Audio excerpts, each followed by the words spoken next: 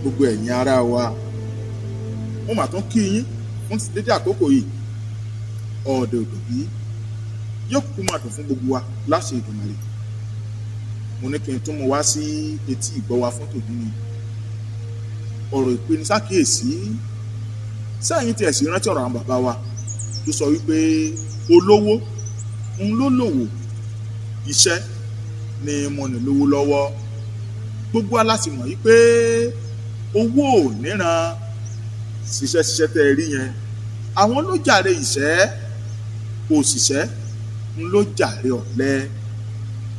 Bàbá wa bọ̀ wípé ọ̀lẹ jogún ìbànújẹ́ ó ṣe bí ogún mọ̀lẹ́bí òní ọ̀dẹ́gẹ̀gùn lórí igi ó kẹnu ọ̀bọ̀n ẹ̀ sókè ó ń wẹ́yẹ tàbí ẹranko tí ó fara gbọ́ta.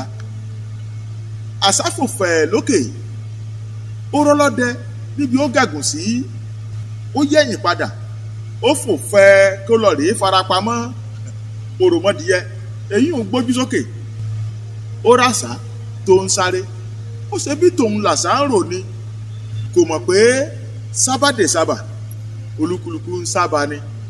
Kíyèsí ogun lẹ́gàn ò rí tẹlòmíì rò mọ́ torí ogun gan ẹ ti ń ja ogun tó ń ja ni ńlọba tán. Ọ̀rẹ́ wa jẹ́ kí n wá béèrè lọ́wọ́ rẹ o ṣé kì í ṣe ọ̀lẹ ní ń jà wọ́n lógun sáá? Torí pé àwọn bàbá wa wípé bí wọ́n bá ṣe oògùn àwúre fọ́lẹ kò ní í jẹ́ torí oorun ní ó bò ògùn jẹ́ mọ́lẹ̀ lára ẹni tí wọ́n bá ń bọ́. Kò yẹ kó tún ra ajá pé òun fẹ́ bọ́ o kò yẹ kó tún ra ajá láti máa sìn tó bá wá ara ajá láti sìn èyún ẹni tí wọ́n ń bọ́. Ta ni ó ṣàìmọ̀ pé ebi ni ó pàkan kú nù wọn torí lọ́pọ̀lọpọ̀ gbà àìsòwò méjì kẹrin ó má jẹ kan.